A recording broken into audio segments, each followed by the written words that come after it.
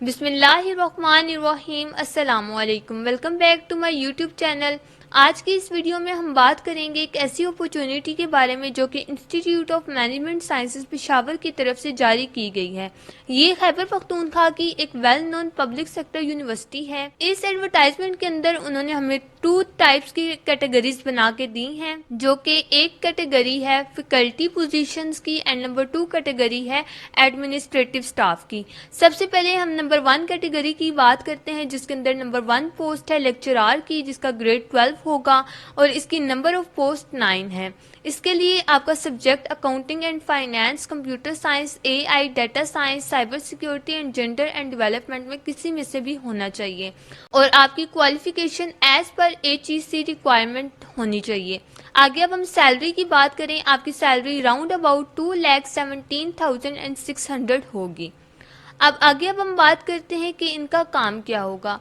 Lecturer university में पढ़ाते हैं, असाइनमेंट्स और स्टूडेंट्स को गाइड करते हैं, ये इनका काम होता है।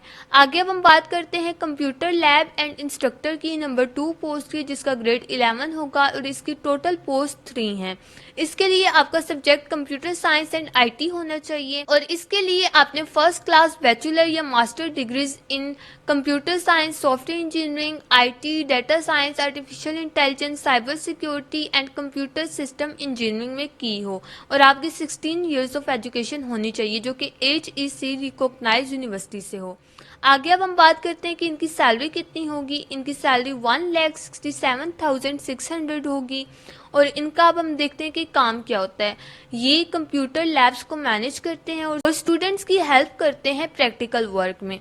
आगे अब हम सेकंड कैटेगरी की बात करते हैं, जो कि है एडमिनिस्ट्रेटिव पोजीशंस की, जिसके अंदर नंबर 1 पोस्ट आती है असिस्टेंट मैनेजर ERP की। इसके लिए आपका ग्रेड 11 होगा, इसके नंबर ऑफ पोस्ट 2 है और इसके लिए आपकी क्वालिफिकेशन कंप्यूटर साइंस IT में होना चाहिए, जो कि HEC रिकॉग्नाइज्ड यूनिवर्सिटी से हो। आगे इसमें आपका एक्सपीरियंस ERP सिस्टम नॉलेज आपको होना चाहिए। अब आगे अब हम देखते हैं कि इसमें आपका काम क्या होगा। आपने यूनिवर्सिटी के सॉफ्टवेयर सिस्टम को मैनेज करना होगा लाइक ERP। अब नेक्स्ट पोस्ट की अब हम बात करते हैं, जो कि असिस्टेंट रजिस्ट्रार की, जिसके लिए आपका ग्रेड 11 होगा, इसकी नंबर ऑफ पोस्ट 1 है और इसके लिए आपकी क्वालिफिकेशन की बात करें तो आपकी 16 ईयर ऑफ क्वालिफिकेशन होनी चाहिए इन अकाउंट्स एंड फाइनेंस। आगे अब हम बात करते हैं कि इसके लिए आपकी सैलरी कितनी होगी। इसके लिए आपकी सैलरी 1,67,600 होगी और इसमें जो आपका काम होगा वो होगा आपने ऑफिशियल एडमिनिस्ट्रेटिव टास्क जो होंगे उन्हें हैंडल करना होगा। नेक्स्ट अब हम बात करते हैं असिस्टेंट कंट्रोलर ऑफ फाइनेंस की, जिसके लिए आपका ग्रेड 11 होगा, इसकी नंबर ऑफ पोस्ट 1 है और इसके लिए आपकी qualification MBA, MCOM, BBA, BCom, BS accounting and finance के अंदर होनी चाहिए, जो कि HEC रिकॉग्नाइज्ड यूनिवर्सिटी से हो और आपका 3 इयर्स का एक्सपीरियंस भी होना चाहिए। इसके लिए आप आगे हम बात करते हैं कि आपका काम क्या होगा। इसके लिए आपका काम होगा कि अकाउंट्स एंड फाइनेंशियल मैटर्स को आपने हैंडल करना होगा।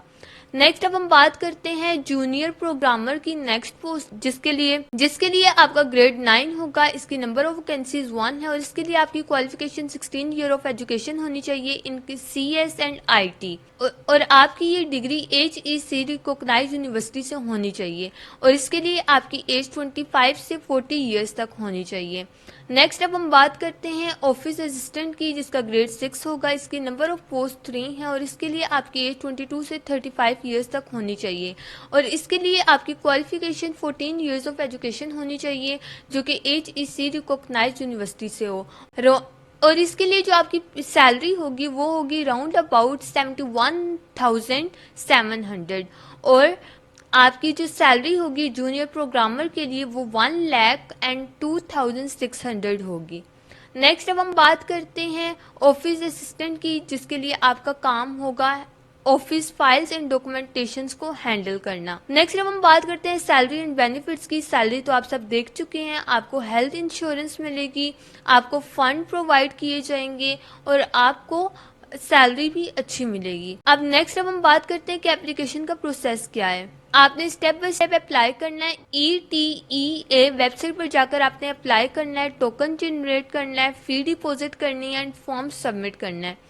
नेक्स्ट अब हम बात करते हैं कि इनकी लास्ट डेट क्या है। इनकी 13 जुलाई 2026 से रजिस्ट्रेशन स्टार्ट हो चुकी हैं और इनकी लास्ट डेट 27 जुलाई 2026 है। तो जितना जल्दी हो सके आप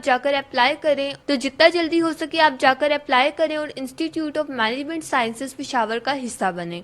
नेक्स्ट अब हम बात करते हैं टेस्ट प्रोसेस की। इसके अंदर आपका ETEA टेस्ट होगा जिसके अंदर आपने मिनिमम 60% मार्क्स गेन करने हैं। फिर हम बात करते हैं कि टेस्ट के बाद आपका क्या होगा। टेस्ट के बाद आपने अपने डॉक्यूमेंट सबमिट करवाने होंगे और आपका इंटरव्यू होगा।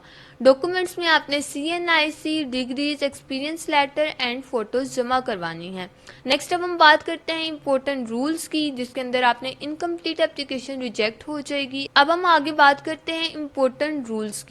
आपकी इनकम्प्लीट जो एप्लीकेशन होगी वो रिजेक्ट हो जाएगी। Separate application for each post and only short listed candidate को इंटरव्यू के लिए बुलाया जाएगा और टेस्ट और इंटरव्यू के लिए कोई TADA नहीं दिया जाएगा। आगे आपने फीस देनी है, गलत मालूमात आपने नहीं देनी और डेडलाइन मिस नहीं करनी। तो जितना जल्दी हो सके आप अप्लाई करें और institute of management sciences Peshawar का हिस्सा बने। तो आपको अगर किसी भी चीज़ में कन्फ्यूजन हो तो आप मुझसे कमेंट करके पूछ सकते हैं। तो इसी के साथ साथ अगर आपको मेरी वीडियो पसंद आई हो तो लाइक करें, सब्सक्राइब करें और अपने दोस्तों के साथ शेयर करें और मुझे दीजिए इजाज़त। अल्लाह हाफिज़।